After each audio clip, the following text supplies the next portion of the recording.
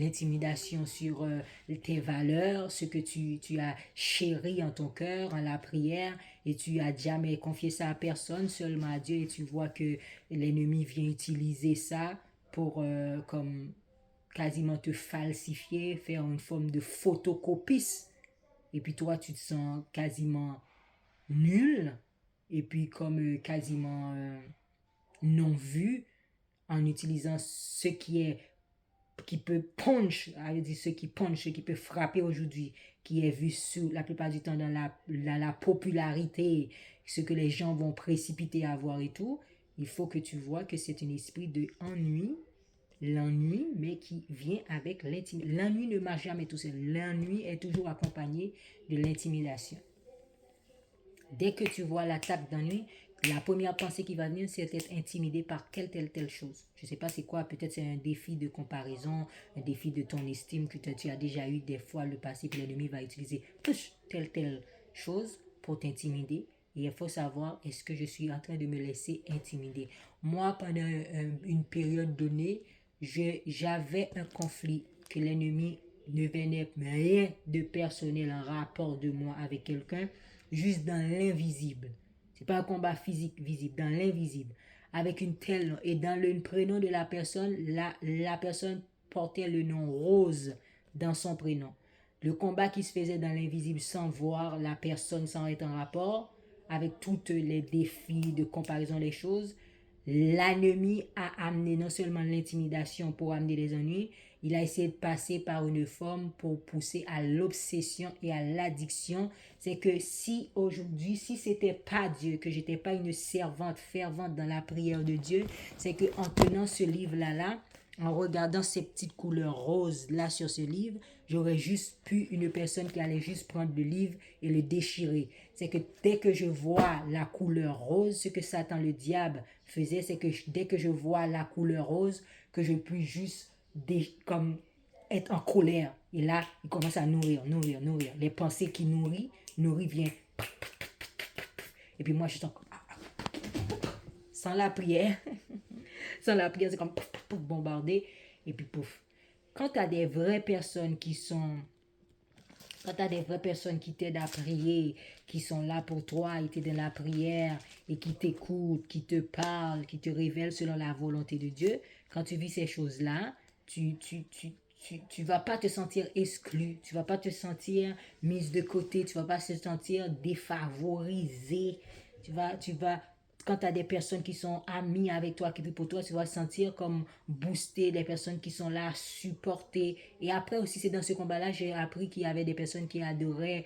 Je pense que moi, le courant qui m'a attaqué avec ce problème-là, c'est un courant qui s'appelle Rose Croix Chrétien.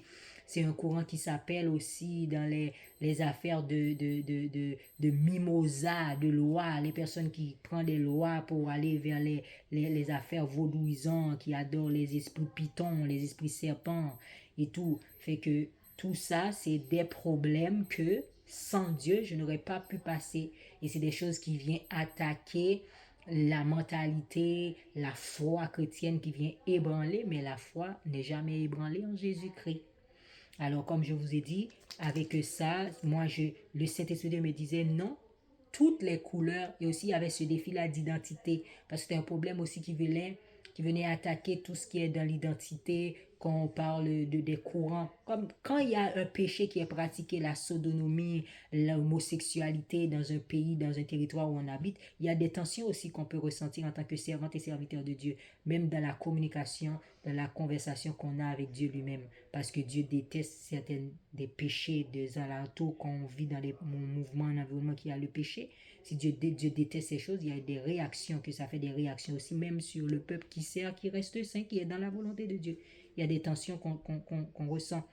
Alors, le Saint-Esprit de Dieu me disait, regarde, moi j'ai créé l'arc-en-ciel est là, l'arc-en-ciel a toutes les couleurs, domine sur ça, ça vient pas de moi, domine sur cette couleur de dite rose qui veut te rendre obsesse, addiction et qui passe par l'image d'une telle personne. Et tu vois que la personne, au lieu d'être un ami, s'approche de soi et puis est repoussée, comme est dans le défaut de fabrication. Fait ne repousse ça, ne prends pas ça, ne prends rien, ne vois personne, vois moi, ne vois personne, ne vois même pas la personne. Vois, concentre-toi sur moi, focus. La voix me disait focus, focus sur Dieu et focus sur la parole de Dieu. Regarde l'arc-en-ciel. J'ai créé l'arc-en-ciel pour dire quand il y avait telle détresse que c'est fini, je vais plus punir. Fais-moi confiance. Je n'adore pas l'arc-en-ciel, mais j'adore le Dieu qui a créé l'arc-en-ciel. Toi, l'ennemi essaie de t'attaquer par la création de Dieu de tel type de choses. Parle de telle façon, prie de telle façon, confesse telle chose, rejette telle chose, pardonne à telle chose. Même si tu n'as pas fait, Dieu t'a dit cette personne a fait tel mal avec cette personne. Tu es parmi l'environnement, mais dis pardon. Tu sais quoi, je te pardonne. Et j'espère en toi que Dieu puisse me faire quelque chose, que tu puisses pardonner à celui qui t'a fait du mal. C'est comme tu transfères ton pardon que tu as de Dieu sur la personne. Et de ce transfert du pardon, la personne peut pardonner la personne qui l'a fait du mal. Mais ne regarde pas au mal, ne regarde pas aux mauvaises critiques, ne regarde pas aux mauvaises paroles, ne regarde pas au dénigrement, ne regarde pas ce qu'on t'a dit, car tu as quelque chose de bon à travailler, à y arriver, quelque chose qui a de la valeur, qui est important. C'est pour ça que l'ennemi vient attaquer comme ça l'élément de ta foi. L'ennemi peut même déguiser pendant qu'il était... C'est dernièrement aussi que j'ai appris que une personne peut se marier, avoir des enfants, et puis la personne peut, Dieu me montrait, me parlait, ça se peut, oui, la personne peut ne pas, c'est que la personne n'a pas attendu le temps, la volonté de Dieu. C'est comme la personne fait 1, 2 ans, 3 ans, s'est mariée avec une personne, à des femmes, et puis pendant une période comme ça, la personne est en train de vivre quelque chose, et puis la personne qui devait, comme pour, dans le lien de la personne, comme attendu, comme le bon choix, dans la décision du bon choix, et puis c'est comme, c'est le temps maintenant. C'est comme pendant 5 ans, tu es là, tu fais telle chose, et puis c'est comme maintenant que Dieu aurait voulu, voilà, pour être dans tout le plan de la volonté que Dieu a pour toi. Fait qu'il faut savoir attendre, questionner, discerner. Quand nous allons nous marier, le choix de l'homme, le choix de la femme, les décisions, d'où vient la personne, sa famille, c'est quoi les relations avec sa famille, et la famille, comment la personne considère les décisions de sa famille.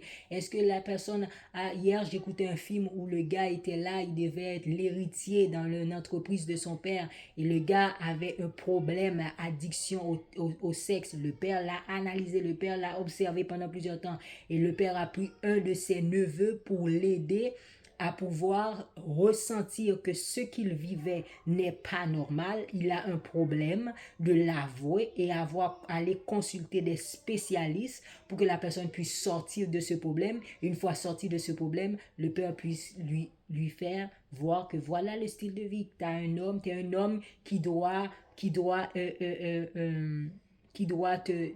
t'es un homme qui doit te marier, et la femme que tu dois te marier, voilà cette femme, comment tu dois fonder le foyer. Il a pu sortir de ce problème d'addiction qu'il avait. C'est qu'il ne pouvait même pas voir une femme passer sans ne pas regarder ses fesses. Il y a tout le temps des envies. C'est comme tout le temps, chaque jour, la nourriture pour lui, c'est comme c'est le sexe.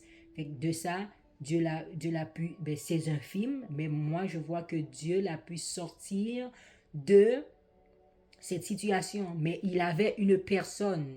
Ses parents ne l'ont pas négligé. Les parents ont porté des regards dessus. Les parents ont dit que toi, tu dois prendre des décisions. Et comment aussi il était apte à obéir. Au début, il n'a pas voulu obéir. Comment il a pu obéir. Il faut savoir, est-ce que c'est une personne qui aime obéir à ses parents? Et pour prendre l'obéissance pour obéir à ses parents, est-ce que, comment la personne honore les décisions de ses parents? Est-ce qu'il consulte Dieu avant, ou il fait juste dire les yeux fermés, mais vu que ce sont mes parents, je dois les honorer, j'accepte tout? Ou est-ce que la personne prend le temps de consulter les décisions des parents? C'est deux choses différentes. Il y a le fait que j'honore mes parents, je les obéis parce que Dieu me le demande, et aussi pendant que je prends une décision, le conseil, ce que le parent me dit, est-ce que je le obéis sans consulter Dieu? Il faut toujours, conseil aujourd'hui, il faut toujours consulter Dieu. Le parent peut me donner des conseils, mais toujours consulter Dieu.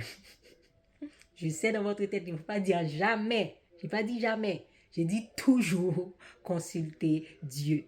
Quelle que soit dans votre décision de couple, vous allez vous marier avec une personne, vous allez prendre une décision importante, quelle que soit en entreprise, vous consultez vos parents sur tel choix, et puis là, vos parents vous disent oui vos parents vous disent telle chose peut se faire par-ci par-là, et puis vous dites, ben j'honore mes parents, puisque c'est mes parents, je les honore, je les aime beaucoup, je l'obéis, ben c'est free fall. C'est comme tout de suite, non. Même si vos parents, vous les honorez,